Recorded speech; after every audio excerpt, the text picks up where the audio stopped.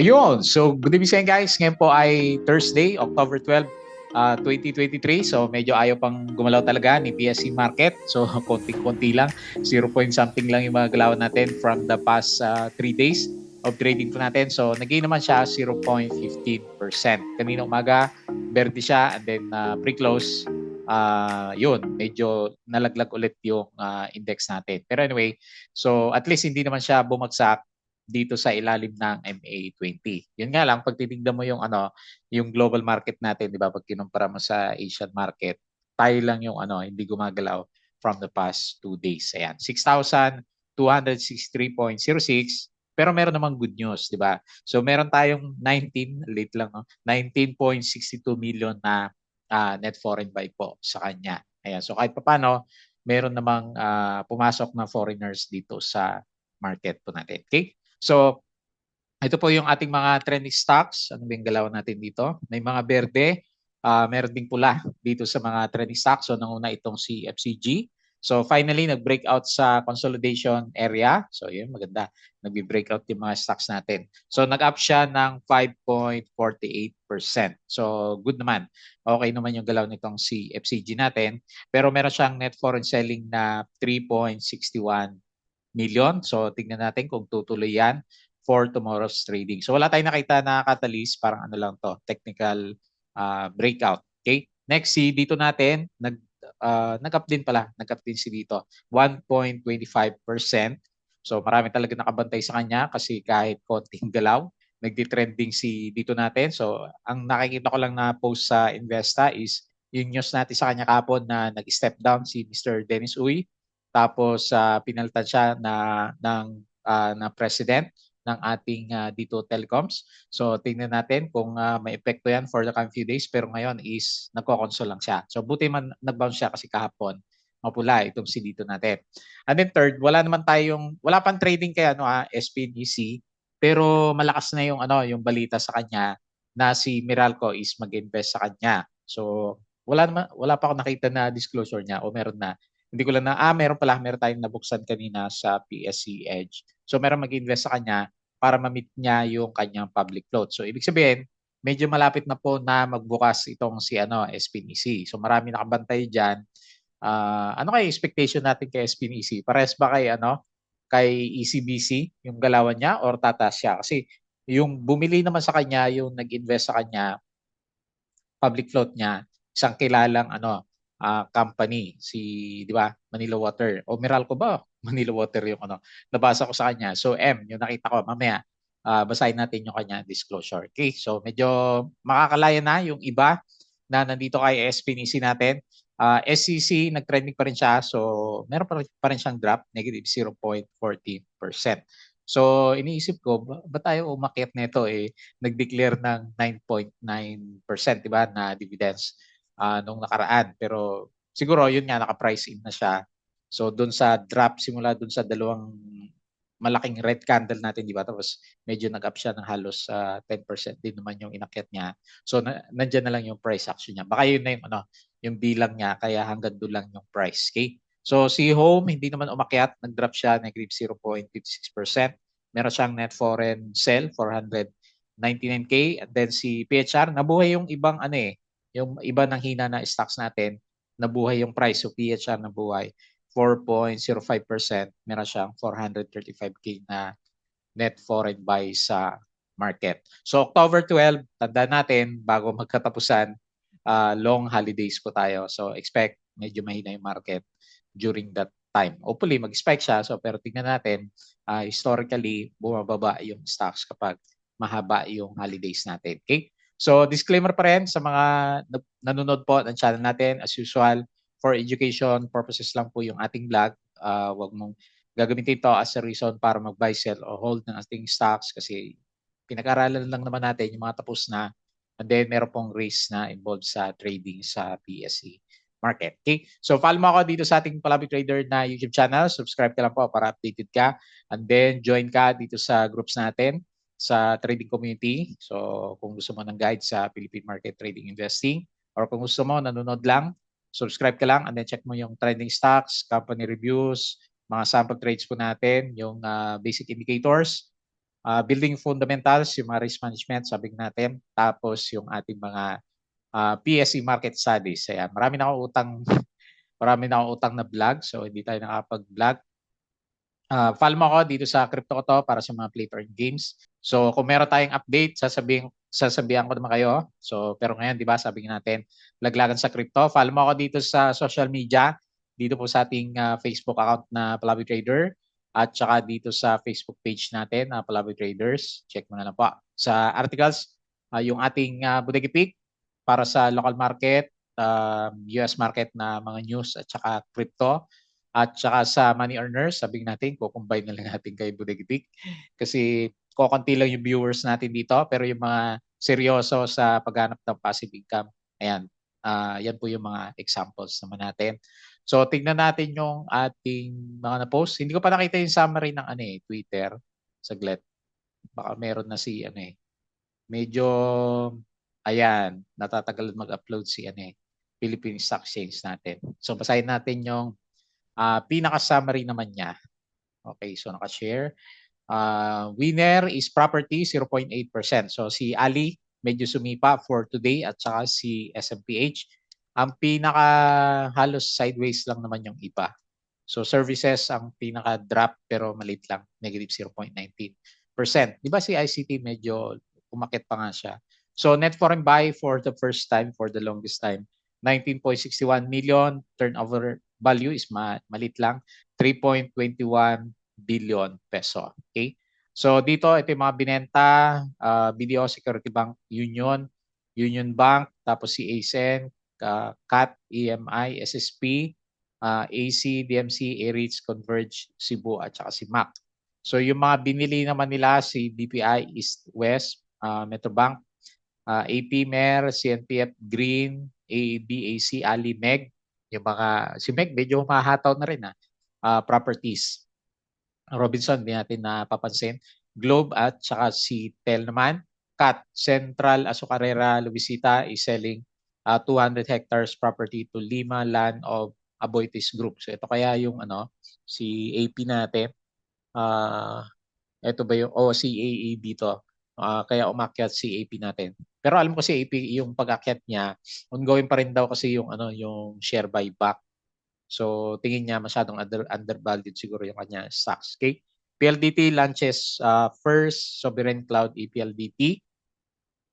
SCC cash dividend amount in 2023 is 5.6 more than what it was in 2019. So halos ito talaga very generous na company kasi majority ng kita niya binigay niya sa mga shareholders. So syempre, 'di ba namimili si Madam last time. So kikita din siya ngayon ng 9%, 'di ba, yung dividendo niya. So kasi bumili siya ng bumili nung ayaw nating bilhin si SCC natin. Okay? So Manila Bay reclamation continues despite Marcos order. Parang wala pa cease and desist order. SMPH is set to open SM Center San Pedro in San Pedro City, Laguna. So dati diyan ako sa may sukat So dadaanan lagi natin to pauwi ng Laguna, itong San Pedro. Hopefully maliwanag na kasi maraming madilim na area sa San Pedro. AC sells Manila Water block via MWC share buyback. So ito pala isang share buyback natin. AC's fully owned unit Philwater will sell 288.999 million common shares and 436 million participating preferred shares to Manila Water. So mukhang binayback ni Manila Water yung mga shares niya.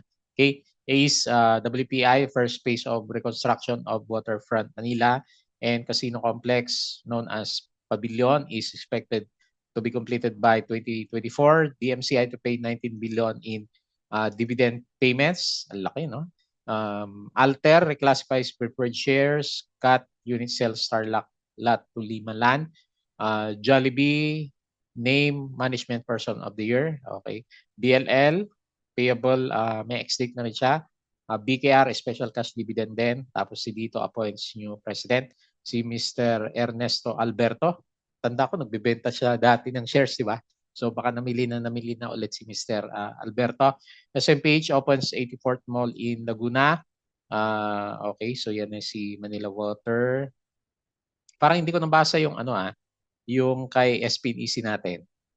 Nandun kasi yung nandito pala, meron nga disclosures. Okay? So tingnan na lang natin siya. Alter, Manila Water, SM Prime, nabasa natin yan. US stocks is 10 rebound. Tapos ngayon parang okay pa din. So lakas, nakakabawi na yung mga stocks natin na hawak dito sa US market. Alter, yan malakas yung US market. Kala ko susundan natin tong si EPHA kasi nag-drop ng negative 0.76 kagabi naman. Okay? So buti na lang nag-sideways lang si PSE market. Okay? So guys huwag niyo kalimutang check yung ating Patreon channel sa mga gusto pong sumama sa mga trades natin or gustong sumama sa trading group natin na Palabi Traders. So pwede po kayong sumama through our Patreon channel naman. Okay? So refresh natin to para hindi mag-close si To Trade Asia Prime. So berde yung opening natin sa kanya tapos namula tayo, antay nakabawi tayo. So meron pa rin siya mga pasundot na drop sa May mga nagbebenta pa rin sa end of the day. So okay na siya tapos biglang nagkakaroon ng mga sudden drops. So okay naman 0.15% yung gain for today. Yun nga lang mababa yung traded value 3.12 6,263.06. Okay, so nandiyan lang. And then meron tayong 19.6 million net foreign buy. Okay. Yung pinaka-losers natin, paborito ko pa naman to dati, si ASEN, 3.48%. Wilcon, hindi pa rin tapos, negative 2.73. JT Cap, alam ko okay to kapon eh. So sa winners natin, GGS 2.66 at saka si Ayala. Ali, 2.27%, Metrobank 0.84%. Okay? So sa mga 49% foreign, 51% local participation. So ito yung mga winners natin for today. So penny stocks yung karamihan. And then so pinaka-notable yung top trending natin si FCG. So nag-breakout siya finally 5.48%. Kala ko magde-drop na 'to eh. PHR 4.05, Medic 3.6, ABS buhay pa rin 3.46, GSMI 3%, si Pizza 2.8, si Plus 2.28%. Sa losers, yung ba nag-lose for today? Mga penny stocks pa rin, Hanapin natin. Si Sun, minus 5.88, Ionix, minus 3.7, ASET. So, siya yung nauna dito na may volume. Si Aritz, nag-drop si Aritz, minus 2.27. JT Cap, minus 1.91%. Okay? So, walang masyadong aggressive sa mga usual na trending stocks natin. Mga penny lang talaga yung malakas po yung galawan for today. Okay? So, punta tayo dito sa chart. Okay, so nahirapan si PSE, so nagko-console lang siya. Yung nga lang kasi puro red yung candle natin. So, ibalik na lang natin yung range natin from 6,1 to 6,400. Yan na lang muna kasi nandito naman sa bandang gitna yung chart natin, yung candle natin. So, medyo nahirapan siya dito sa MA9. Nagre-resist yung MA9. Baka another confirmation siguro dito sa MA20 kailan niya. Kasi hindi makaarangkada yung market. And then, syempre, hindi pa rin naman natin nakikita yung net foreign buy ng market. Nonetheless, optimistic pa rin kasi naka-breakout naman tayo dito sa downtrend ng market po natin. Okay? So, refresh natin to. Mukhang good vibes ulit dito sa US market. Okay. So, yung futures ng Nasdaq, Dow Futures at saka S&P is berde. So, Nasdaq is 0.36, Dow Futures 0.31, and then S&P is 0.39%. Ayun berdeng-berde. European markets, okay din siya. Mabuti na lang. At saka dito sa Asian markets is majority is berde. Ayan. So, parang Philippine lang hindi kasali sa yung mga rally dito sa global markets natin. Okay, so okay lahat. So dito sa crypto, wala. Mahina. So laglagan ulit. Bitcoin, balik 26.7, Ethereum 1.5. And then si BNB, nasa actually critical to kasi 200 na yung i-retest ni BNB. So mapula. Ayan. So hopefully nag-shorting kayo dito sa mga cryptos na rin. Ayaw pa rin niya. Hindi pa rin niya ma-break. 28K yung pinakamataas niya. And then, ayan, pullback na naman si cryptos. Okay? So, not so good din yung crypto. Hindi siya sumabay sa global markets natin. Okay, so punta tayo sa trending stocks. Unahin natin si FCG. wala naman tayong catalyst sa kanya pero binomba yung volume. Net foreign sell siya, no? 3.61 million. So meron siyang flag dito na ginawa and then ayun, nag-breakout siya. So congrats holders natin. Pabalik na ba tayo sa ano, SOPI? SOPI yung ano nung binabantayan ko to si FCG. So nag-double tap tapos dumiretsong bumagsak na yung price. Okay. So ngayon, nag-breakout siya. Hopefully meron siyang meron pang may mga immediate resistance pa siya dito, mga 0.78. Pero ito na siguro yung pinaka niya, medyo mahirap niyang i-break last time kasi dalawang beses nag double top siya dito, nag-pull back pero nag-stay naman yung price kaya nag-breakout. So good. Nasa trend si FCG, meron pa tayong makikita sa trend channel. Refresh na i-clone natin para makita natin yung direction niya. So siguro nga ganyan. So kung yan yung susundan natin, ang saktong resistance is dito, which is sakto naman. Kasi meron siyang ponso dito. Ayan, so meron siyang box dyan sa area na yan. So from 0.77, malapit lang naman 0.7 to 0.8. Okay, so medyo good vibes tayo pag nandito tayo sa 0.8, 0.86 yung next na gagalawan natin. Pero siguro dito, mauntog siya, pull back and then gagalaw ulit siya. Kasi yun yung pattern niya na binuo from the past few days. Pero malakas yung malakas yung RSI. So hanggang dito siya 58.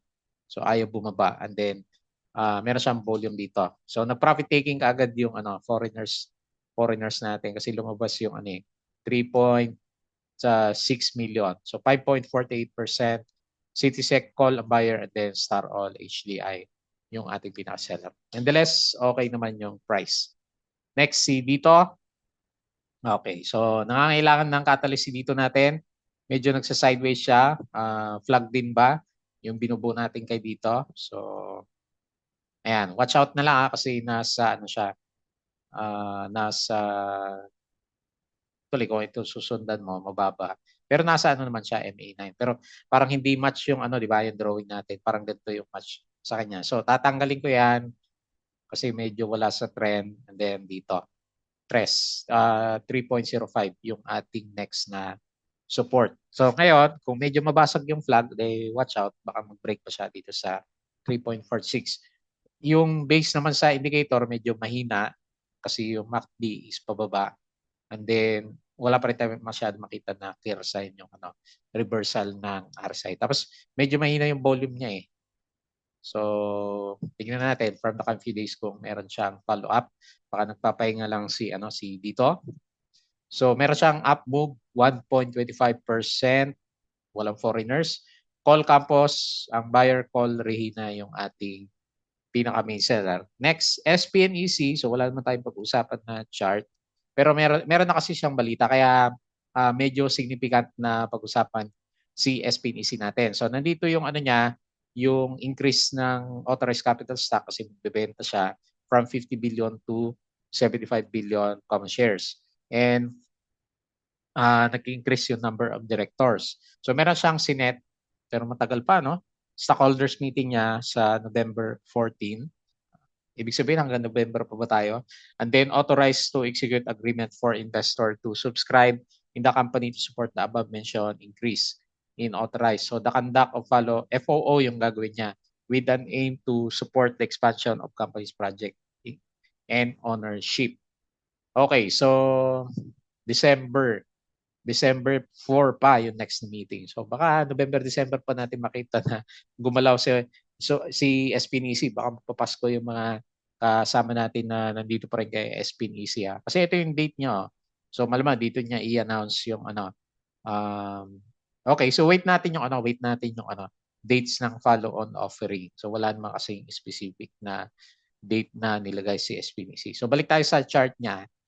Kasi siyempre pinag-uusapan siya na maigi si SPNEC kasi very sudden kasi yung natin, di ba? Yung trading halt natin. June 1st parehas pala sila ni ECBC na naginto. Okay, stay silipin natin si ECBC.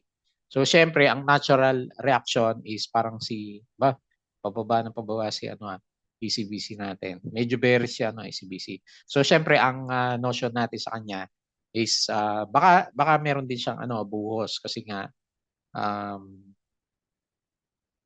yung yung natin, marami kasing nandiyan na naka-hold pa rin sa kanya, di ba? Syempre nagulat yung iba, hindi nakalabas sa trading hold ni SPNEC natin. So baka meron siyang buhos din. So pero ang maganda kasi yung sinasabi nila na investor is silipin na nga natin si nakalimutan ko eh. Saglit tingnan natin kay Investa yung kasi nandun yung pinaka-news natin sa kanya. Ayan. Meron tayong delay ng konti para hindi na natin i-speculate kung sino yung papasok sa kanya. So i-type natin si SPNEC. Ayan, and then basahin natin yung mga chismis dito sa Investa. Sabay investor, meron na siyang meron na siyang Manila, si Mer pala, si Mer, to invest 280 million in solar power company. So yan 'yon. Pagdudahan mo na lahat, wag lang si Sir Manny Pangilinan. Ayan, so yan yung sinasabi nila. Ayan, hindi pa sinabi ni SPNEC pero yan na yung speculations para dito kay SPNEC naman natin. Okay, so nonetheless, very good kasi may promise po siya na magbubukas na ulit, di ba? Siyempre, nakakatakot naman yung hindi magbubukas yung stocks, lalo na kung may hawak tayo na shares. Okay? So, yun yung patalastas natin kay SPNEC. Next, si SEC. So, nag-close the gap nga si SEC tapos pinush siya pabalik. Meron nagsusupport sa kanya kasi pag tinignan mo yung yung foreign buy, meron siya may nagtulak eh.